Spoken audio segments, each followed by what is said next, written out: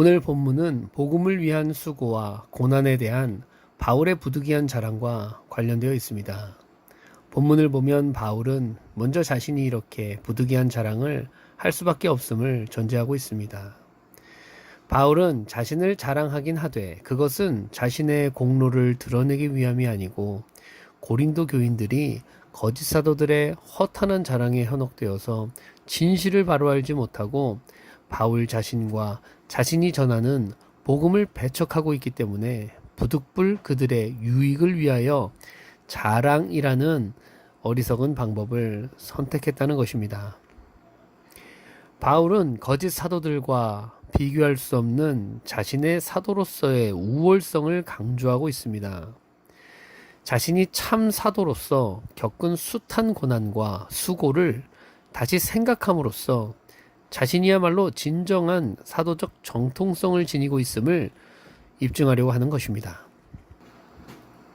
참으로 고난이 닥치기 전에는 과연 누가 진정한 사도인지 분간하기가 어렵고 또한 진실된 성도와 명목상의 성도를 가려내기란 쉽지 않습니다. 만약 우리가 예수 그리스도의 고난에 동참하려는 태도를 지니고 있지 않다면 결코 우리는 스스로를 참된 복음의 사역자나 성도로 여길 수는 없을 것입니다.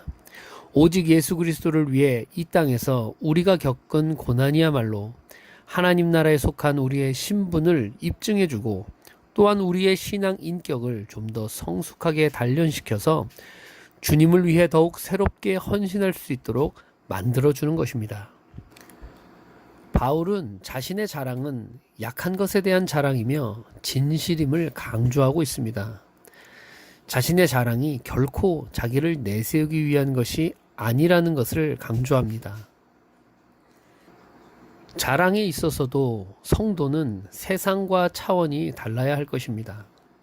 16절 17절을 보면 사도 바울은 자기에 대한 자랑을 하기에 앞서서 거듭 강조하는데 자신에 대해 어리석은 자라는 표현을 사용하고 있습니다. 즉 거짓 사도들에 의해 잘못된 길을 가는 고린도 교인들을 깨우치기 위해 이런 방법을 사용하는 것이지만 어떤 관점에서 보아도 결국 자랑하는 자는 어리석은 자일 수밖에 없다는 것입니다.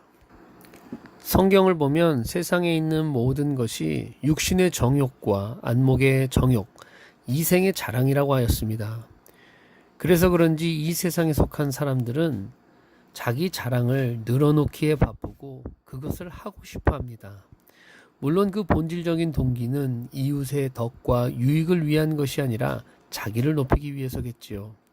때문에 이러한 세상 사람들의 자기 자랑은 듣는 이에게 아무런 유익이 없습니다.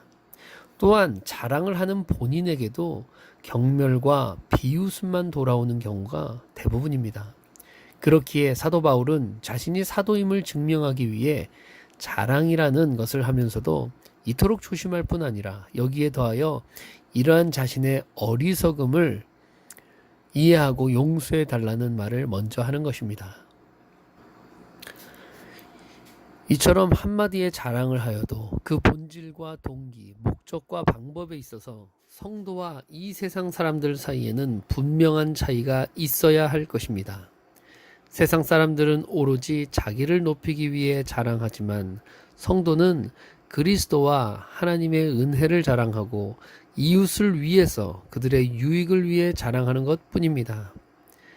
왜냐하면 어떠한 경우에도 자기 자랑이란 결국 어리석은 것입니다. 또 진정한 자랑과 칭찬은 자기 입에서 나오는 것이 아니고 이웃과 그리스도로부터 나와야 하는 것이기 때문입니다. 오늘 우리는 이러한 사도 바울의 모습을 통해 자랑 한마디를 함에 있어서도 진정한 성도의 모습이 어떠해야 하는지를 생각해 보았습니다.